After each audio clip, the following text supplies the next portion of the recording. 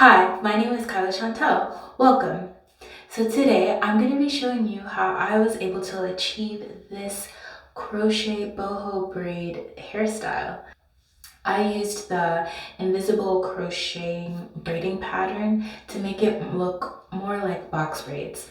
So I'll be showing you how I did the braiding pattern and then the process of putting the actual braids in. So if you're interested to see how to achieve this style, keep watching.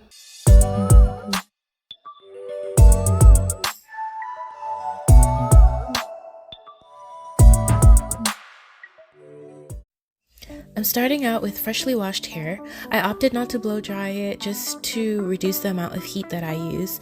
Instead, I put it in big braids and let it air dry to just stretch it out a bit. Next, I am starting with my parting. So what you want to do is part from the top of your ear on the left side straight across to the right side, just to get a straight line across. And this will be the base for our braiding pattern. Once you have the part straight enough to your liking, we will begin on the front half of the hair. So what you want to do is create straight rows back that will be used for the box braid effect.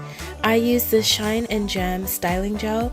This just helps keep the parts clean and also helps with grasping the hair to do your braids.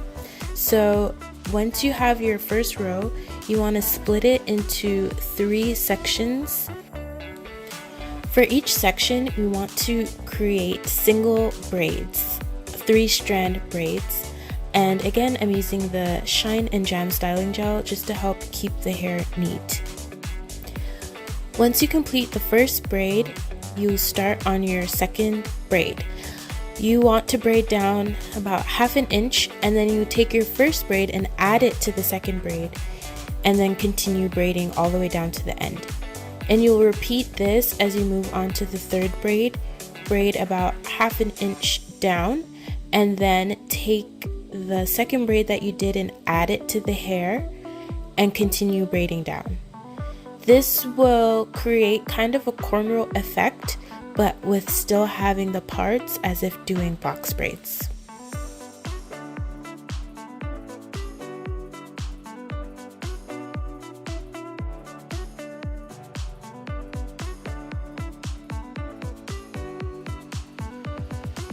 Once you complete the first row, you'll continue in this same pattern across the whole front of your hair. So I'm doing my second section here and just following the same pattern. Create whatever size you want for your box braids.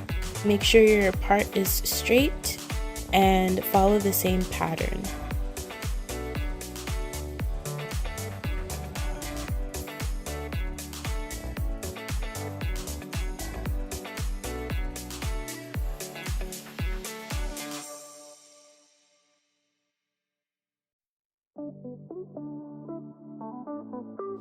So again, you can see once I finish the first braid of this row, I move on to the second one and braid a few braids down, and then take the first braid and add it to the second one, and then continue braiding down to make one braid.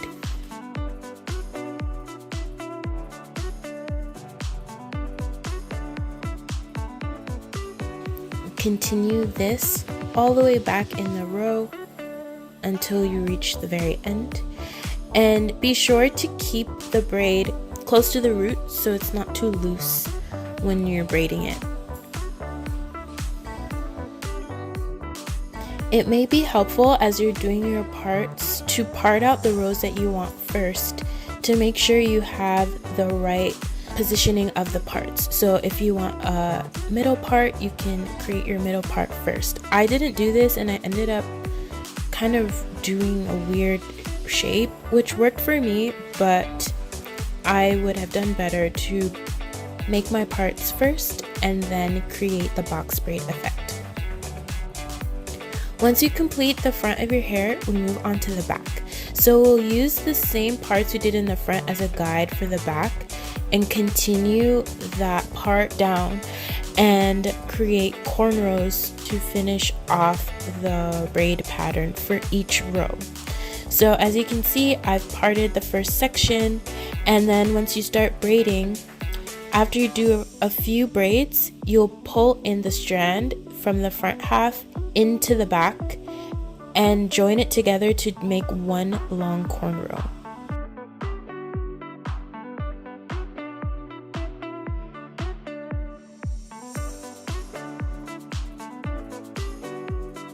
So you'll continue this across the whole back of your hair, using the front as a guide. Make your parts straight down and then start to cornrow the back and bring in the front braid to the back braid into one braid all together, as you can see here.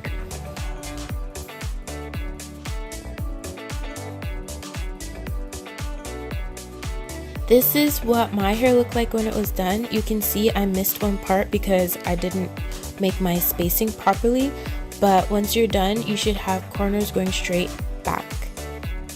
My hair is a bit long, so I need to tuck my cornrows into each other so that I don't have too much of bulk when I put in the crochet hair. So what I'm doing is taking the crochet needle and taking the ends of each cornrow and weaving it through the other cornrows straight across.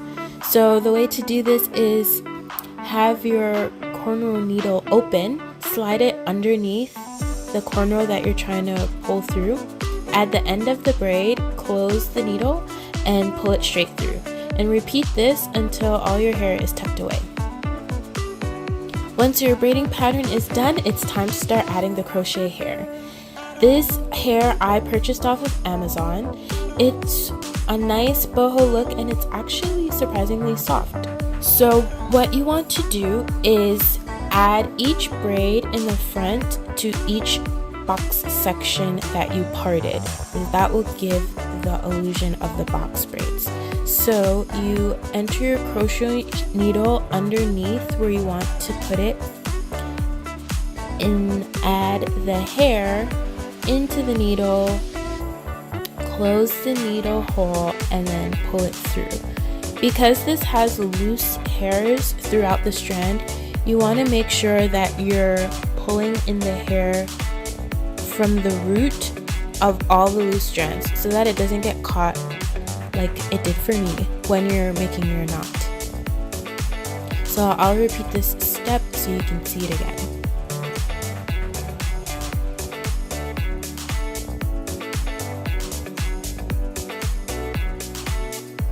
Once you place your needle underneath the hair, add the hook of the hair into the needle once it's closed.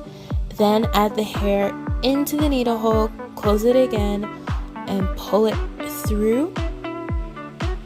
And then you have your braid.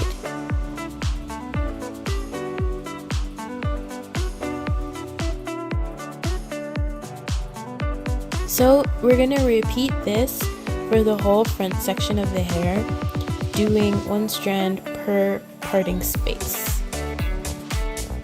You can also add multiple strands per box depending on how big you did your spaces and what size crochet hair you purchase. It will help it look a bit more full.